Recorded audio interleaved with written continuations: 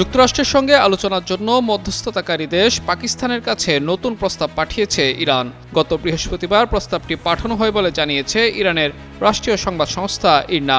এই মুহূর্তে পুরো মধ্যপ্রাচ্য জুড়ে উত্তেজনা চরমে রয়েছে।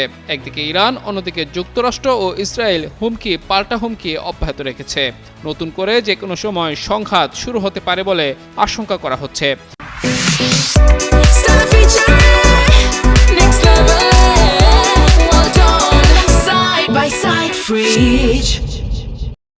এমন পরিস্থিতির মধ্যে নতুন প্রস্তাব পাঠানোর খবর সামনে এলো। শুক্রবার ইরানের বিচার বিভাগের প্রধান গোলাম হোসেন মহসেনি এজেই বলেছেন, তেহরান যুক্তরাষ্ট্রের সঙ্গে আলোচনার জন্য প্রস্তুত আছে, কিন্তু হুমকির মুখে চাপে দেওয়া কোনো নীতি মেনে নেবে না। তিনি আরও বলেন, ইরান কোনোভাবেই যুদ্ধকে স্বাগত জানায় না। তিনি জোর দিয়ে বলেন, যুদ্ধ এড়াতে বা এর ধারাবাহিকতা রোধ করতে এই বিদ্বেষপূর্ণ শত্রুর মোকাবেলায় ইরান তার নীতিগত ও মূল্যবোধ পরিত্যাগ করতে একেবারেই ইচ্ছুক নয়।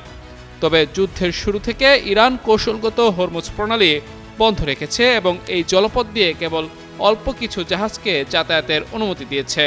অন্যদিকে আলোচনায় অচলাবস্থা ভাঙার আশায় মার্কিন সেন্ট্রাল কমান্ড ইরানের উপর একটি স্বল্প ও শক্তিশালী হামলার পরিকল্পনা প্রস্তুত করেছে বলে জানিয়েছে মার্কিন সংবাদ মাধ্যমগুলো। এর মধ্যে মধ্যপ্রাচ্যে হাইপারসনিক ক্ষেপণাস্ত্র মোতায়েনের পরিকল্পনার খবর সামনে আসে। এই খবর পুরো অঞ্চলে নতুন উত্তেজনা ছড়িয়েছে।